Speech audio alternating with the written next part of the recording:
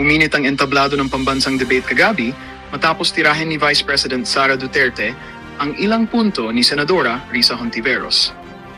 Sa gitna ng talakayan tungkol sa seguridad at paggamit ng pondo ng gobyerno, diretsahang binanata ni VP Sara ang mga argumento ng senadora na agad namang naging viral sa social media. Maraming manood ang napareact dahil sa biglaang pagigting ng tensyon sa pagitan ng dalawang opisyal. Sa isang bahagi ng debate, tila nabutata si Hontiveros nang hindi siya agad nakasagot sa matapang na banat ni VP Sara, dahilan upang mag-ingay ang audience at mag-trending agad ang clip online. Ayon sa mga nakasaksi, ilang segundo ng katahimikan ang bumalot sa senadora bago niya muling na ipagpatuloy ang kanyang paliwanag. Dahil dito, mas lalo pang uminit ang diskusyon at kinakailangang mamagitan ng moderator upang maibalik sa ayos ang daloy ng debate. Samantala, kabahagi na ngayon ng pambansang usapan ang naging sagupaan ng dalawang mambabatas. May mga nagsasabing malinaw na umarangkada ang vice-presidente sa ilang argumento, habang ang ibang tagapanood ay pinuri si Hontiveros sa kanyang pagpapanatili ng kalmado sa kabila ng matitinding banat. Inaasahan na magbibigay ng kani-kanilang pahayag ang dalawang kampo habang patuloy na sinusuri ng publiko ang mga pangyayari sa controversial na debat.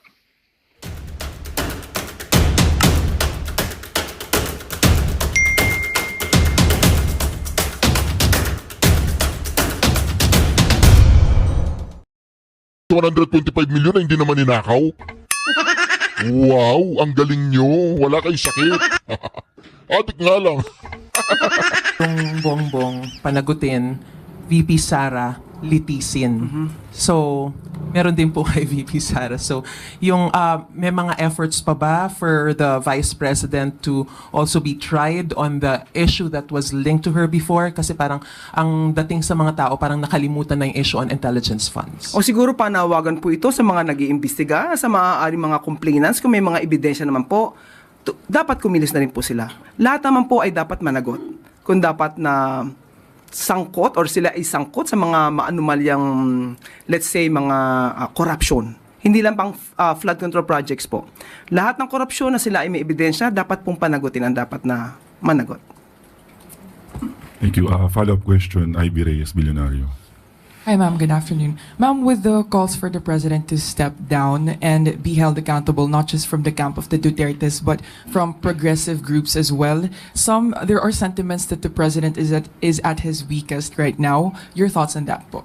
At his weakest, ito ba bang panahon na to na siya po ang nagpaimbestiga? Hanggang ngayon po, maraming ginagawang aksyon para mapanagot ang dapat na mapanagot. Ang dami na po na napaaresto, marami na po rin na kinasuhan. Yung mga napa-aresto hindi pinapakita yung muka. Bakit kaya? Baka kunyaring aresto lang yan, tapos pakakawalan ninyo after 2 days. Hindi pinapakita yung muka ng mga pina-aresto ninyo. Wala kaming kilala. Hindi namin alam kung yung mga sinabi ng mga Diskaya, sinabi ni Saldico at sinabi ni Gutesa at sinabi ng ni Alcantara at saka ni Buno, ano ba yun, basta, nakalimutan ko yung mga pangalan nila. Parang wala yata nauuli. Sa mga congressman, parang walang nauuli, puro mga engineer lang, mga sapsap, tsaka mga dilis. Na wala namang ninakaw na bilyon-bilyon. Parang wala yata. Oy, Krililing, wag mo kami loko-lokohin ha. Huwag mo kami loko-lokohin, mga loko-loko na kami, huwag mo kami loko-lokohin. Hindi kami kumakain ng loko-loko. Niloloko yata tayo dito si ni Auntie Clara. Huwag mo naman kami lokohin, niloloko niya na nga kami araw-araw, lulukohin mo pa kami. Grabe na yan, Auntie Clara. Magkano ba yung, Auntie Clara? Magkano ba yung suot mo ngayon? Marami na po na naibalik na pondo. Nako, marami daw naibalik na pondo. Puro mga mga latak. May naibalik naman ng mga, kahit na mga 100 billion, meron? Meron na bang 100 billion o lahat ng mga mali-mali at ang pera na ikalat na nung panahon ng eleksyon? O diba, baka na ikalat na nung panahon ng eleksyon yan. Saka nung impeachment ni Sara Duterte. Baka, alam po ba ninyo mga kareaksyon, yung perang inahatid ni Gutesa, inahatid ni Saldico na bilyon-bilyon, kada buwan 2 bilyon, baka naikalat na. Di ba? Ito pa ba yung weakest na masasabi natin? Meron na pong kilala mga ma-impluwensyang tao na ngayon ay nakakulong na. Yan pa po ba ang sinasabi natin at his weakest? Sino? Anong pangalan? Merong congressman? Meron? Merong senador? Wala. Si Bongbong Marcos, nakakulong na? Nakakulong na si Bongbong Marcos? Sir Martin Romualdez, nakakulong na? O sila daw yung mga mastermind, sabi ni Saltico eh. Niloloko mo yata kami. Claire, niloloko na yata yung Claire eh. Madali po kasing sumigaw na bumaba sa pwesto. Hindi, mahirap. Mahirap. Bumaba. Mahirap. Madali sumigaw, bumaba sa pwesto. Bakit naiintindihan pa ba ni Bongbong Marcos yung resign? Salitang resign, naiintindihan niya? Baka naiintindihan lang niya yung yung micrograms. Micrograms, 4 times a day. Sabi ni Amy Marcos. Baka naiintindihan lang niya micrograms 4 times a day. Ligtas ka na sa withdrawal. Oh, tama. Mali. Mali. Sorry naman. Pero kung papaano papalakarin at pamumunuan ang gobyernong ito kapag bumaba ang Pangulo, ano kaya ang kanila masasabi? Hindi. Pag bumaba, masasabi namin, very good. Very good. Pag bumaba si Bongbong Marcos, very good. Ayaw na namin siya. To be honest, ayaw ko na siya. Kayo, gusto niyo pa ba? Mag-comment kayo sa comments kung gusto niyo. Ako, ayaw ko na. Ayaw ko na si Bongbong Marcos bilang presidente. Pwede pa, barangay Tano. Doon kaya, Chipo Pulbron. Ayaw na namin. Nahirapan na yung taong bayan, Claire. Paano mo pagkakasya yung 500 pesos na leche buena? Tsaka yung 20 pesos na bigas, nasan? Wala. Asan ang Pangulong Duterte, nasan? Napagtripan niya, pinadala niya sa Deya. Napagtripan niya, Pangulong Duterte, kawawa naman. Kinidnap ba naman? Kinidnap. Di ba ngayon si Bato nagtatago? Bakit? Napagtripan na eh. Next question, Luisa Cabato, Inquirer.net. Good afternoon po, Yusek. What are your thoughts po sa sinabi ni Representative Paulo Duterte sa comment niyo last time about sa 500 peso Noche Buena? Sabi niya, kung ganyan din lang ang level ng analysis mo, mas bagay siguro magnotaryo sa recto kaysa mag-lecture sa taong bayan kung sapat ba ang 500 para sa Noche Buena. Magnotaryo sa recto? Oy, Claire, magnotaryo ka na lang sa recto. Tapos, pag may nagpanotaryo, itanggi mo. Hindi ako yan. For sure, pick yan. Pinig ako ni Gudesa. Actually, nabasa po natin mismo yung kanyang media release. At nabanggit din po niya, maliban po sa kanyang ganyang klase ng pananalita, nabanggit din po niya patungkol sa konsensya. So, siya pa po ba ang magsasalita tungkol sa konsensya? Hindi po ba ang kanyang sariling ama ang umamin na he killed people? Sino po ba ang may kakilala na hitman at kayang magpa-liquidate? At sino rin po ba ang Ba't napunta sa Pangulo Duterte na naman, Claire? Walang niya ka. Nag-expect ako ng ibang sagot? Pag may tinanong, Atimano, si Pangulo Duterte may kasalanan? Ang usapan natin, Noche Buena? Ang galing mo, Claire! Meron kang bachelor degree na anti-Rodrigo Roa Duterte. Claire, ang galing mo. Hanga ako sa'yo. Hanga ako sa lahat ng katarataduan mo. Claire, ang galing mo. Walang niya ka.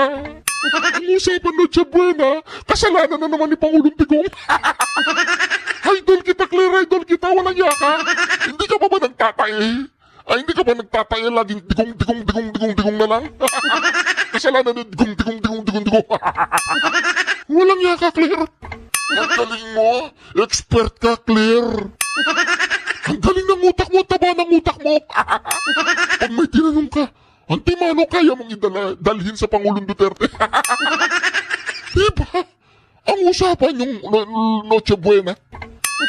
Nadala mo sa Pangulong Duterte. Saan pa? Saan ka pa? Claire naman. Saan ka pinaglihi, Claire? Sa tae ng Pangulong Duterte. umamin na hindi gumagalang sa human rights. Now, are we talking about conscience? At patungkol sa sinabi rin po niyang korupsyon, hindi po ba ang sarili niya ring ama ang siyang umamin na siya ay korap? So, sino kaya ang nakinabang sa korupsyong inamin ng sarili niyang ama? Ang galing! Pasahurin nyo yan. Doblin nyo yung sahod. Ang galing sa taong bayan yung pinapasahod natin dyan. Pag may tinanong ka, kasalanan ni Duterte. Yung Noche Buena, kasalanan ni Duterte yan. Yung 500 pesos, tingnan mo, naidala niya kay Duterte yung sisi. Walang yaka, Claire. Saan ka pinaglihi? Pinaglihi ka sa tain ng Pangulong Duterte. Grabe ka, Claire. Tandaan po natin, ang Pangulo. Ang nais ng Pangulo ay maiangat ang buhay ng bawat Pilipino. Nandiyan dyan po ang mga programa ng Pangulo, ang mga kadiwa centers. Tama! Maiangat! Ilulubog muna niya. Ilulubog niya tapos, ilubog dyan, iangat natin. Angat natin yung lupa. Another funding. Maiangat! Claire! Sige pa, Claire. Dire-diretso mo yan. Maganda sa kalusugan yung ginagawa mo. Kadiwa ng Pangulo, 20 pesos kada kilo na bigas. Walang gutom program at iba pa. So alam natin, 20 pesos na hindi- kilo ng bigas. hindi 20 pesos na saan? Pag pumunta ba ako ng tindahan ngayon, makakabili ako ng 20 pesos? O kailangan ko pa ng QR code? lamang sa halaga ng 500, nagwawakas ang gusto ng Pangulo para maiangat ang buhay ng Pilipino. Ang pinag-uusapan lamang po sa 500 ay kung kaya. Kung kaya. Maski na po ang isang eksperto katulad po ni Steve Kua ng Philippine Amalgamated Supermarkets Association Incorporated ay nagsabi rin po at umayon sa DTI. Ang pinag-uusapan po dito ay kung kaya. Iba po ang usapin na dapat mas marangya, mas festive kapag pinag-usapan natin ang handaan pamasko. Ang pinag-usapan natin dito ay kung kaya. Yun lang po ang issue ng DTI at the time dahil ang DTI po, pinagmamalaki po nila na ang mga manufacturers ay nakausap nila. Manufacturers ng mga basic needs, basic commodities, na huwag magtaas ng presyo hanggang katapusan ng December. Pagkatapos sa December. Pagkatapos sa December, kakatayin na lahat ng tao sa Pilipinas sa presyo. O tapos ng Pasko, taas na natin. Ganun ba yun, Claire? Yun ang solusyon. After Christmas, taas na natin yan. Katayin na natin mga Pilipino. Yun lamang po ang gusto ring ipagmalaki ng DTI at ito po ay isinagawa ng DTI para sa taong bayan. Sana hindi po nila ma-miss yung pinaka-essence kung bakit sinasabi po ng DTI nakakayanin ng 500 dahil po napakiusapan po nila na huwag magtaas ng presyo para sa mga basic commodities. Yun lamang po yun. For our last question, Eden Santos. Last na daw, last. Good afternoon po, Yusek. Doon po sa pag-ban ng e-bikes and e-trikes, although nagbigay na po ng order ang Pangulo sa LTO na ipagpaliban po ito dahil dapat ngayong araw, December 1, ang simula po ng huli ng mga magpa-apply sa mga major roads. Ano po. Aside po from yung pagpapa-defer muna pansamantala, may iba pa po bang order ang Pangulo sa LTO since para pong bumabangga yata yung memorandum ng ahensya doon sa batas po sa mga e-vehicles? Kailangan po bang pahirapan yung ating mga kababayang mahihirap na gumagamit po nitong mga e-trikes and e-bikes dahil mas mura at nakakatulong din po sa kalikasan? Hindi po pagpapahirap ang mga ganitong klase ng polisiya. Ito po ay para sa kasiguruhan ng safety ng gumagamit ng e-bikes, safety sa mga kababayan natin, at tandaan po natin, motorized vehicle po ito. At may batas din po tayo na dapat sinusunod. Hindi po ibig sabihin na kahirapan ay dapat na nating suwayin kung ano yung batas. Ang pagdisiplina po ay hindi para banggain ang issue ng kahirapan. Hindi po issue ang kahirapan dito. Issue to ng pagtupad sa batas para po masiguro ang safety ng bawat isa. Pero yung pong Republic Act, yung EVIDA law na sinasabi, Yusek, hindi po kaya yun kaya bang i-override nung memorandum ng ahensya? National highway lang po naman ipinagbabawal ang mga e-bikes. Hindi naman po sa mga secondary roads. Sana po maintindihan po kung bakit merong ganitong klaseng polisiya. Ito po, again, ay para sa safety ng ating mga kababayan. Okay? Follow-up question na po, Samuel Medinilla. Ma'am, balik lang po ako dun sa investigation na na-mention kanina. Na-mention nyo rin po dati na parang may hindi pa sure kung magkakaroon ng internal investigation regarding dun sa 100 billion na allegation. Tapos yun po yung nag-result ng pag-alis ni Executive Secretary Bersamin at saka ni DBM Secretary Pangandaman. Itatanong ko lang po kung may update kung nagkaroon na po ba ng internal probe dun. And kung sakaling magkaroon na po ng result, is the President willing to give another position to Executive Secretary Bersamin and DBM Secretary Pangandaman? Sa kasalukuyan ay wala po tayong update patungkol po dyan, pero ang nadinig po natin mismo kay former Executive Secretary Bersamin, kung meron man na ebidensya sa kanya, isampa na lang po ang kaso. Yun naman po ang kanyang hamon. Okay po? Salamat. That's the last question, Yusek. At bago tayo magtapos, magbagong graduate ng Philippine Army, Navy at Air Force, Lagi kang galit, ma'am. Ma'am, lagi kang galit. Bakit? Wala. Kasi yung kapitbahay ko, sabi niya, kapag laging galit, baka... Hindi ako nagsabi yung kapitbahay ko, ha. Pag laging galit daw, baka... Yung, ano ba yung salitang bembang? Sabi niya, pag laging galit, baka hindi na bembang. Ay, hindi ko po alam kung anong ibig sabihin ng bembang, ha? Hindi ko alam kung anong ibig sabihin ng bembang. Narinig ko lang sa social media. Oy, galit na naman oh, baka hindi pa nabembang. Ano ba yung bembang? Baka hindi pa kumain, ganun. Kasi sa totoo lang, kailangan nating masuri at may sabatas yung bembang. Para lamang sa mga, mga undersecretary ng PCO na kailangan merong regular bembang. Para hindi laging galit, ganun. Kasi narinig sila ng buong Pilipinas eh. Ano ba yung bembang na yan? Hindi, paki-comment nga po sa comment section yan. Walang nga kayo, pati ako, dinadamay ninyo sa mga salitang hindi ko maintindihan. Nako, Senator Bato, nakita na raw, nako, mga kareaksyon. Hindi ko lang kung totoo, hindi ha, natagpuan na daw si Senator Bato. Si Senator Bato natagpuan na, nasaan? Ito, pakinggan po natin si Senator Win Gatchalian. Sen, regarding lang kay Senator Bato, almost 1 month na siyang hindi nagpapakita sa Senate, and then wala rin po siyang abiso, and dapat magde-defend din siya ng budget. May rules po ba ang Senate na no work, no pay, just like the ordinary worker? Sa pagkaalam ko, walang ganyan na setup sa mga senators. Sa pagkaalam ko, walang ganyan na setup. Ang proper procedure is to send the committee a letter kung bakit ka hindi makaka-attend. A formal letter, no? So, papadala ng formal letter kung bakit ka hindi makaka-attend. Papadala rin, of course, si SP ng formal letter kung bakit hindi makaka-attend. Importante itong mga formal letters kasi this will be the official reason kung bakit hindi nakapunta yung senador. No, but in the case of yung nangyari last time kay Senator Bato, I was just informed by the staff na hindi nga siya makaka-attend. No? So nakiusap siya, hindi ako na lang mag-defend ng budget. Sen, kapag wala po bang abiso ang isang senador or walang ipinadalang formal letter, dapat na i-suspend o dapat mag-craft ng rules for continued absence sa mga miyembro po ng hindi lang senador, kongreso po? Siguro maganda mapag-usapan ito in a caucus kung ano ba yung mga contingent. Like for example, kagaya the case nga ni Senator Bato na siya ang vice chair defending a particular agency in Department of National Defense.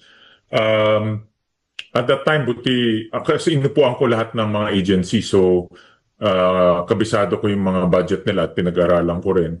So, but baka may mga cases na hindi ganun yung pangyayari. So, ano yung mga contingency measures. So mas maganda pag-usapan yan sa caucus because I don't believe na may ganitong, sa pagkaalam ko, may ganitong issue na nangyari in the past. Sen, just to clarify, bali sa ngayon wala pang umiiral na patakaran o rules ang Senado regarding sa no work pay sa mga senador, no? Sa pagkaalam ko, wala. Sa pagkaalam ko, wala. Since sa mga senador alam ba ito nag-apply, and how about sa mga Senate employees kapag umasin sila automatically walang sahod, tama po? Tama yon, no? So may mga depende kung anong category mo, but sa mga daily wage earners, no work no pay talaga yung ang arrangement. No, so I think pag sa mga mambabatas, iba yung application. No? So, sa pagkaalam ko, walang ganun na application. Kasi in-expect na kung hindi ka papasok, di ba kung session, hindi ka nag-attend, nagpapadala ka ng excuse letter, ba may sakit ka. Like for example, si Senator Camille Villar, nanganak siya, cesarean pa. So, obviously, matagal-tagal yung kanyang recovery. So, may mga ganyan na cases. But I'm not very sure kung may letter na pinadala kay SB Soto. No? You should, dapat siya yung matanong natin. Sir, are you going to take over the defense budgets moving forward dahil nga itong naging absence ni Senator De La Rosa? Well, wala ko kasing RG nakuhang official letter from Senator Bato, so I don't know yung plano niya. I don't know kung ano ang plano niya in the next few months. So I'm not sure kung ano yung how will we move forward with this. But we're coordinating with the staff kung ano yung kanyang but kung ano lang binigay na information sa amin, yun lang ang ginagamit namin. And sir, last question na po on my end. Sir, balikan ko lang yung kay Senator Bato. How do you feel, sir, about his absence? Kasi around 3 weeks na po halos yung kanyang sa Senate, and as nabanggit na nga po earlier, kayo po yung kailangan mag-defend ng budget ng defense on top of all your other tasks. How do you feel about it? Are you bothered or concerned? Well, sana magpadala na lang sa amin ng official letter kasi right now we're hindi namin alam yung totoong dahilan, no? Bakit wala siya. Even si SP Soto, being the leader of the chamber, hindi rin niya alam kung ano yung dahilan. So, ang pinakamaganda, magpadala siya ng official letter to the chairman of the Finance Committee and also to the Senate President para malaman natin kung may sakit ba siya or may pinagdadaanan ba siya. So, we need to know officially. So you share kailan siya papasok kasi nga may mga other than the Finance Committee, may mga alam ko may mga committees na ibang hawak, so that should also be looked at rin. So you share po yung nabanggit ni Senate President Tito Soto na hindi okay yun, yung ganong may senator supposedly assigned to defend the budget and then mawawala siya. I think ang proper procedure will be send an official letter para alam natin everyone is in the loop. Alright po, thank you sir. Hindi nyo alam. Nag-iingat siya, ayaw niya makidnap.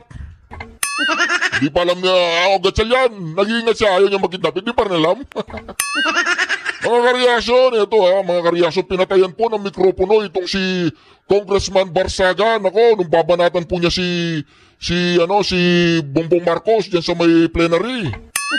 Mga kareaksyon, napakalupit po nito mga kareaksyon. Pinatayan po ng mikropono itong si Barsaga nang sabihin niya na wala ng mandato itong si Bongbong Marcos. Pagdating po mga kareaksyon sa pamumuno, ito, pakinggan po natin, ito na po mga kareaksyon, pinatayan ng mikropono ang napakatapang na kongresista. Testing.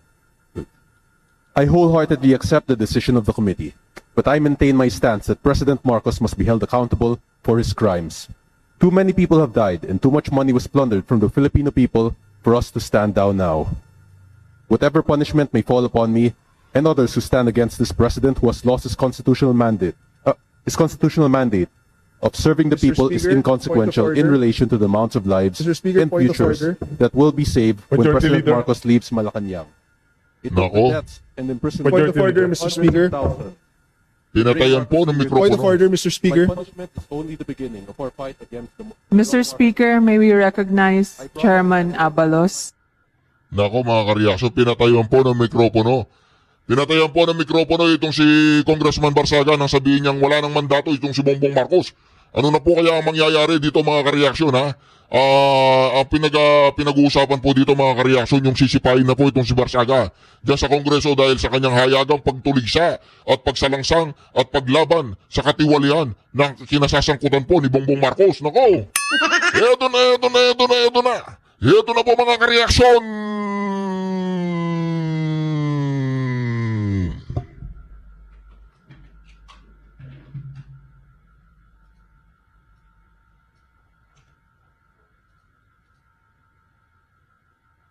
Zaldico is believed to be in Europe, suspected to be in Portugal.